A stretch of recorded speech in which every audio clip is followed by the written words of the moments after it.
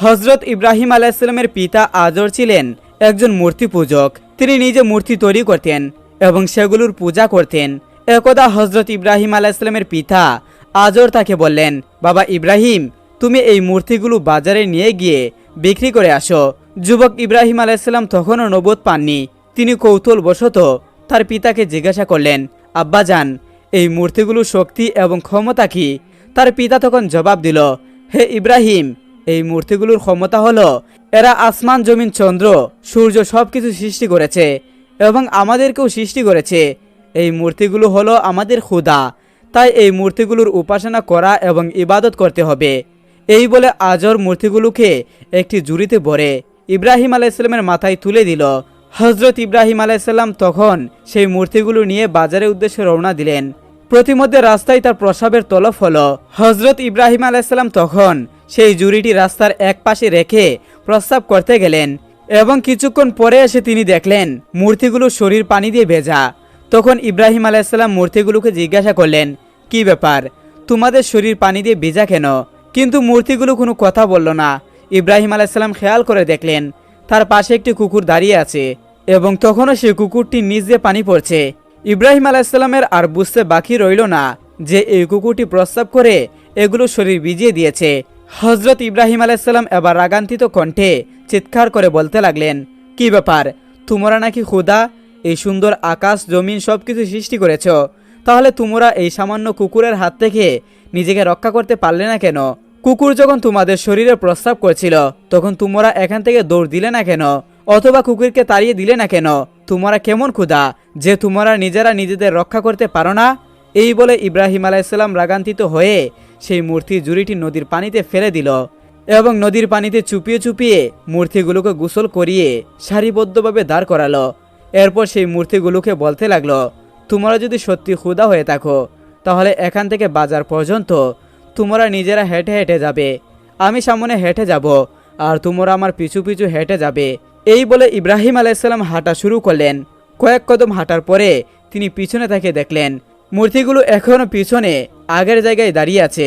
ইব্রাহিম আলাইহিসসালাম এবার আরও রাগান্বিত হয়ে বললেন, তোমরা কিসের খোদা? তোমরা তো পৃথিবীর সবকিছু সৃষ্টি করেছ, তাহলে তোমরা নিজেরা নিজেরা হাঁটতে পারো না কেন?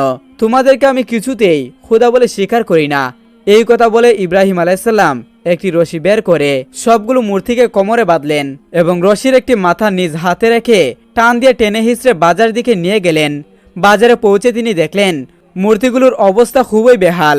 কোনোটার হাত নেই, কোনোটার পা নেই, আবার কোনোটার মাথাও নেই। তারপরেও তিনি মূর্তিগুলোকে বিক্রি করার জন্য দীর্ঘক্ষণ বাজারে বসে থাকার পরেও তার একটি মূর্তিও বিক্রি হলো না। অবশেষে হজরত ইব্রাহিম আলাইহিসসালাম সেই মূর্তিগুলোকে ঝুড়িতে ভরে বাড়ির দিকে রওনা দিলেন। বাড়িতে পৌঁছার পর তার পিতা তাকে জিজ্ঞাসা করলো, কি ব্যাপার, তুমি তো একটি মূর্তিও বিক্রি করতে পারলে না? ইব্রাহিম আলাইহিসসালাম বলেন, মূর্তি কিভাবে বিক্রি হবে? এই ভাঙ্গা মূর্তি কেউ কি আর বাজারে কিনবে? আজর তাকে বলল, মূর্তিগুলো কিভাবে ভাঙলো? আমি তো তোমাকে ভালো মূর্তি দিয়েছিলাম। তখন ইব্রাহিম আলাইহিসসালাম বললেন, আমি এই মূর্তিগুলোকে যখন নিয়ে যাচ্ছিলাম তখন আমার মাথার উপরে এরা মারামারি শুরু করলো। একজন খুদা বলতে লাগলো, আমার শক্তি বেশি। অপর আরো একজন খুদা বলতে লাগলো, আমার শক্তি বেশি। তারা এভাবে আধিপত্য বিস্তারের জন্য নিজেরা মারামারি শুরু করলো। মারামারি করতে গিয়ে কারো হাত পা ভেঙে গেল এবং কারো মাথা ভেঙে গিয়েছে। আর এই ভাঙ্গা মূর্তি তো বাজারে কেউ কিনবে না। ইব্রাহিম আলাইহিসসালামের এই কথা শুনে আজর বলল, ইব্রাহিম, তুমি কি আমাকে বোকা পেয়েছো? এই মূর্তিগুলো কিভাবে মারামারি করতে পারে? তাদের তো মারামারি করার জন্য শরীরে কোনো শক্তি বা ক্ষমতা নেই। তখন ইব্রাহিম আলাইহিসসালাম বললেন, আব্বাজান, এই মূর্তির শরীরে যদি কোনো শক্তি না থাকে, নিজেকে হেফাজত করার মতো যদি কোনো ক্ষমতা না থাকে, তাহলে এই মূর্তিগুলো কিভাবে এত সুন্দর আসমান জমিন সৃষ্টি করেছে? তাহলে কি করে এই মূর্তিগুলো মানুষের খোদা হতে পারে?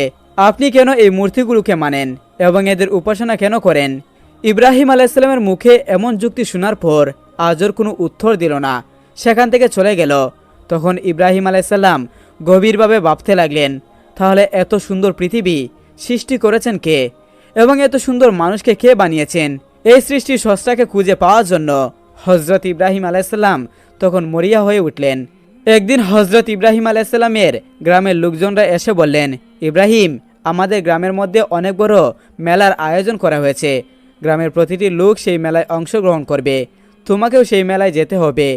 হজরত ইব্রাহিম আলাইসাল্লাম বললেন, আমি অসুস্থ, আমি মেলায় যেতে পারবো না, তোমরা যাও। হজরত ইব্রাহিম আলাইসাল্লাম শারীরিকভাবে সুস্থ ছিলেন। রবের সন্ধান পাওয়ার জন্য তিনি মানসিকভাবে অত্যন্ত হতাগ্রস্ত এবং পেরেশান ছিলেন। গ্রামের লোকজন বলল, ঠিক আছে ইব্রাহিম, তুমি যখন মেলায় যাবে না, তুমি আমাদের এই মূর্তির গড়ে মূর্তিগুলোকে পাহারা দিও। আমরা সকলে মেলা থেকে 3 দিন পর ফিরে আসব। এই 3 দিনের মধ্যে যাতে আমাদের মূর্তিগুলোকে কোনো চুর চুরি করতে না পারে, সেজন্য তুমি আমাদের মূর্তির গড়টি পাহারা দিও। এই বলে গ্রামের সকল লোকজন মেলায় চলে গেল। এদিকে গ্রামের লোকজন যখন মেলায় চলে গেল, তখন ইব্রাহিম আলাইসাল্লাম মূর্তির ঘরে প্রবেশ করলেন। তিনি ভাবতে লাগলেন, আমার যাতে লোকেরা এই মূর্তিগুলোকে খোদা মানে ও এদের উপাসনা করে, দেখি আমি এই সুন্দর পৃথিবীর সৃষ্টিকর্তাকে এখানে খুঁজে পাই কিনা। ইব্রাহিম আলাইসাল্লাম সেই মূর্তির ঘরে প্রবেশ করে দেখেন সেখানে শত শত মূর্তি রাখা আছে, কোনোটা ছোট কোনোটা বড়, আবার কোনোটার আকৃতি এত বিশাল যা দেখে ইব্রাহিম আলাইসাল্লাম অবাক হয়ে গেলেন। ইব্রাহিম আলাইসাল্লাম খেয়াল করে দেখলেন প্রতিটা মূর্তির সামনে অনেক ফলমূল ও বিভিন্ন প্রকারের খাবার রাখা রয়েছে, কিন্তু কোনো মূর্তি কোনো খাবার গ্রহণ করল না। ইব্রাহিম আলাইসাল্লাম লক্ষ্য করলেন প্রতিটা মূর্তি হা করে তাকিয়ে রয়েছে, কোনোটির 10টি হাত, কোনোটির 8টি হাত, কোনোটা তাকিয়ে রয়েছে বল্লম হাতে নিয়ে, কোনোটা তাকিয়ে আছে বর্ষা হাতে নিয়ে। এক একটা মূর্তির আকৃতি এক এক রকম। এবার ইব্রাহিম আলাইসাল্লাম সেই মূর্তিগুলোকে উদ্দেশ্য করে বলতে লাগলেন, আমার জাতের লোকেরা তোমাদের খোদা মানে, তোমাদের উপাসনা করে, তোমরা নাকি তাদেরকে সৃষ্টি করেছ, তবে তোমরা এই খাবারগুলো খাচ্ছ না কেন? তোমাদের সামনে অনেক খাবার রাখা আছে, এগুলো গ্রহণ করো।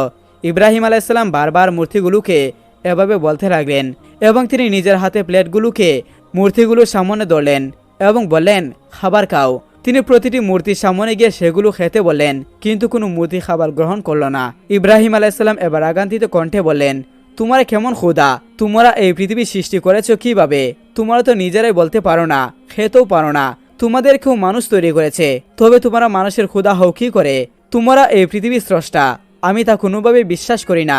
এই বলে হজরত ইব্রাহিম আলাইসাল্লাম হাতে একটি কুঠার নিয়ে মূর্তিগুলোকে ভাঙতে লাগলেন। সকল মূর্তি ভেঙে ঘুরিয়ে দিয়ে সেখানে সব থেকে বড় মূর্তিটার হাতে কুঠার রাখলেন। 3 দিন পরে গ্রামের সকল লোকজন মেলা থেকে ফিরে এসে যখন পূজা দেওয়ার জন্য মূর্তি ঘরে প্রবেশ করলেন, তখন তারা বলে উঠল, হাই হাই সর্বনাশ, আমাদের সকল মূর্তি তো ভেঙে ঘুরিয়ে দেওয়া হয়েছে। তারা ইব্রাহিম আলাইসাল্লামের কাছে গিয়ে বলল, ইব্রাহিম, তোমাকে না দায়িত্ব দিয়েছিলাম মূর্তিগুলোকে পাহারা দেওয়ার জন্য, তাহলে মূর্তিগুলোর এই হালত হলো কি করে? তখন ইব্রাহিম আলাইসাল্লাম চালাকি করে বলল, আমি কি জানি, ওই যে বড়টা খাদে কুঠাল নিয়ে দাঁড়িয়ে আছে, ওকে জিজ্ঞাসা করেন, সে হয়তো তোমাদের সকল ছোট ক্ষুদাকে ভেঙে ঘুরিয়ে দিয়েছে, কেননা তার শক্তি বেশি, তাই সে তার সকল ক্ষমতা প্রয়োগ করেছে। তখন গ্রামবাসী বললেন, ইব্রাহিম, তুমি কি আমাদের বোকা পেয়েছো? এই মূর্তি কি করে অন্য মূর্তিগুলোকে ভাঙতে পারে? এর তো কোনো নিজস্ব শক্তি নেই, একে তো আমরাই তৈরি করেছি। তখন ইব্রাহিম আলাইসাল্লাম বলেন, যার নিজস্ব কোনো শক্তি নেই সে কি করে তোমাদের খোদা হতে পারে? যে মূর্তিকে তোমরাই তৈরি করেছো, কেন তোমরা তাকে খোদা মানো? কেনই বা তার উপাসনা করো? তখন ইব্রাহিম আলাইসাল্লামের মুখে এইসব কথা শুনে গ্রামবাসী আর বুঝতে বাকি রইল না যে মূর্তিগুলো তিনিই ভেঙেছেন। গ্রামবাসী মাথা নত করে সেখান থেকে চলে গেল।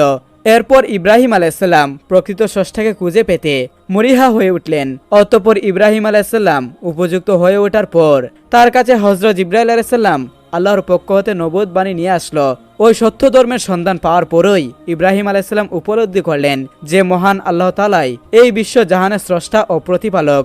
একদা হজরত উজাইর আলাইসাল্লাম তিনি তার ক্ষেত খামার ও বাগ বাগিচা দেখার জন্য ঘর থেকে বের হন। সেখান থেকে প্রত্যাবর্তনকালে দ্বিপ্রহরের সময় একটা বিধ্বস্ত বাড়িতে বিশ্রাম নেন। তার বাহন গাদার পিঠ থেকে নিচে অবতরণ করেন। তার সাথে একটি ঝুড়িতে ছিল ডুমুর, অন্য একটি ঝুড়িতে ছিল আঙ্গুর। খাওয়ার উদ্দেশ্যে তিনি একটি পেওয়ালায় আঙ্গুর নিংড়িয়ে রস বের করেন এবং তার শুকনো রুটি তাতে ভিজিয়ে রাখেন। রুটি উক্ত রসে ভালোরূপে ভিজে গেলে খাবেন। এই সময়ের মধ্যে বিশ্রামের উদ্দেশ্যে চিত হয়ে শুয়ে পড়লেন। এ অবস্থায় তিনি বিধ্বস্ত গড়গুলোর প্রতি লক্ষ্য করলেন, যার আদিবাসীরাও ধ্বংস হয়ে গিয়েছিল। তিনি অনেকগুলো পুরাতন হাত দেখতে পেয়ে মনে মনে ভাবলেন, মৃত্যুর পর আল্লাহ তাআলা কীরূপ এগুলোকে জীবিত করবেন। আল্লাহ যে জীবিত করবেন এতে তার আদৌ কোনো সন্দেহ ছিল না।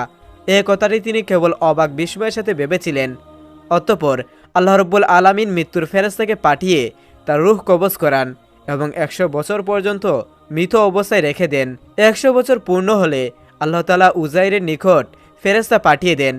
ফেরেশতা এসে উজাইরের অন্তর ও চক্ষুদ্বয় জীবিত করলেন। যাতে কিভাবে আল্লাহ তাআলা মৃতকে জীবিত করবেন তা শোষককে দেখেন ও অন্তর দিয়ে উপলব্ধি করেন। এরপর ফেরেশতা আল্লাহর নির্দেশে উজাইরের বিক্ষিপ্ত হাড়গুলো একত্রিত করে তাতে গোশত লাগালেন, চুল পশম যথাস্থানে সংযুক্ত করলেন এবং চামড়া দ্বারা সমস্ত শরীর আবৃত করলেন। অবশেষে তার মধ্যে রূহ প্রবেশ করালেন। তার দেহ এভাবে তৈরি হচ্ছে তা তিনি প্রত্যক্ষ করছিলেন এবং অন্তর দিয়ে আল্লাহর কুদরত উপলব্ধি করছিলেন। উজাইর উঠে বসলেন। ফেরেশতা জিজ্ঞাসা করলেন, আপনি এ অবস্থায় কতদিন অবস্থান করলেন? তিনি বললেন, একদিন অথবা একদিনও বেশি কম। ফেরেশতা জানালেন, না, বরং আপনি 100 বছর এভাবে অবস্থান করেছেন। আপনার খাদ্য সামগ্রিক ও পানির বস্তুর প্রতি লক্ষ্য করুন। এখানে খাদ্য বলতে তার শুকনো রুটি এবং পানি বলতে পেয়ালার মধ্যে আঙ্গুর নিংড়ানো রসকে বোঝানো হয়েছে। দেখা গেল এর দুটিও একটি নষ্ট হয়নি। রুটি ও রসের মতো তার আঙ্গুর এবং ডুমুরও টাটকা ছিল, এর কিছুই নষ্ট হয়নি। উজাইর ফেরেশতার মুখে 100 বছর অবস্থানের কথা শুনে এবং খাদ্য সামগ্রী অবিকৃত দেখে দ্বিধাদ্বন্দ্বের মধ্যে পড়ে যান। তাই ফেরেশতা তাকে বললেন, আপনি আমার কথা সন্দেহ করছেন?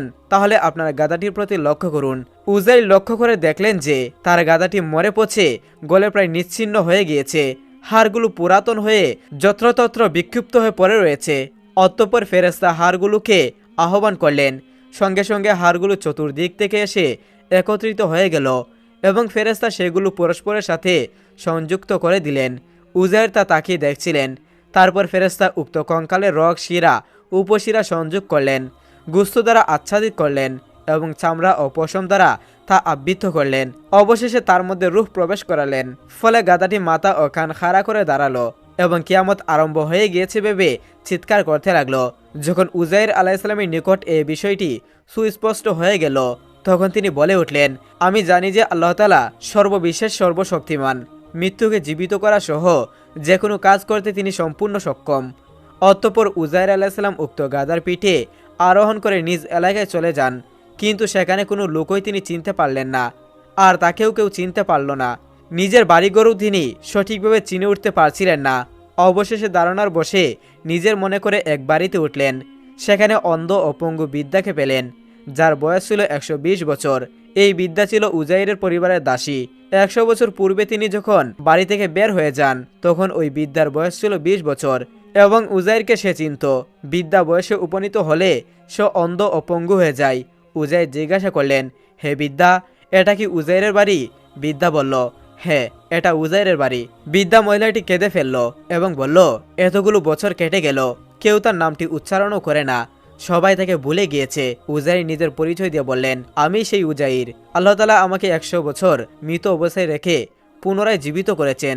বৃদ্ধা বলল, কি আশ্চর্য, আমারও তো 100 বছর পর্যন্ত তাকে খুঁজে পাচ্ছি না।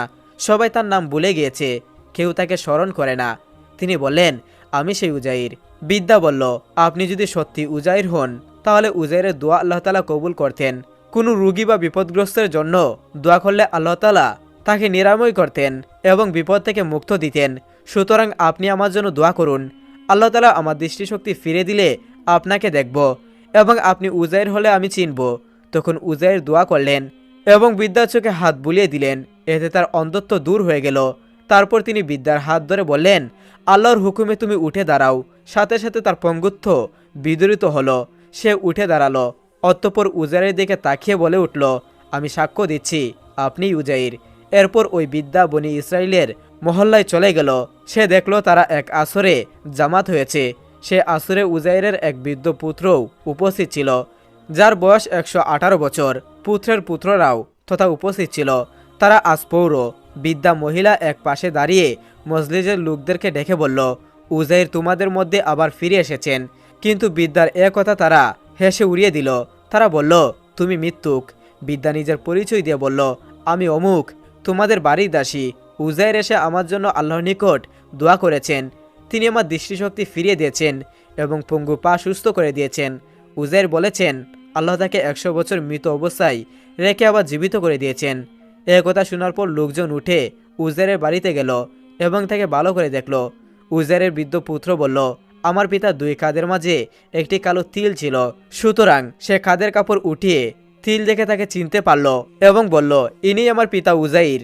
তখন বনি ইসরায়েলের লোকেরা উজাইরকে বলল, আমরা শুনেছি আপনি ব্যতীত অন্য কোনো লোকের তাওরাত কিতাব মুখস্থ ছিল না। এদিকে ভুক্ত নজর এসে লিখিত তাওরাতের সমস্ত কপি আগুনে জ্বালিয়ে দিয়েছে। একটি অংশও অবশিষ্ট নেই। সুতরাং আপনি আমাদের জন্য একখানা তাওরাত কিতাব লিখুন।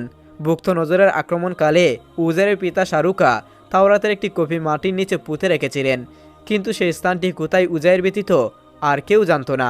সুতরাং তিনি উপস্থিত লোকদেরকে সাথে নিয়ে সেই স্থানে গেলেন এবং মাটি করে তাওরাতের কপি বের করলেন। কিন্তু এতদিনে তাওরাতের পাতাগুলো নষ্ট হয়ে সমস্ত লেখাগুলো মুছে গেছে। এরপর তিনি একটি বৃক্ষের নিচে গিয়ে বসলেন। বনি ইসরায়েলের লোকজনও তার পাশে গিয়ে ঘিরে বসল। কিছুক্ষণ পর মধ্য আকাশ থেকে দুটি নক্ষত্র এসে তার পেটের মধ্যে প্রবেশ করল। এতে গোটার তাওরাত কিতাব তার স্মৃতিতে বেসে উঠল। তখন বনি ইসরায়েলের জন্য তিনি নতুনভাবে তাওরাত লিখে দিলেন।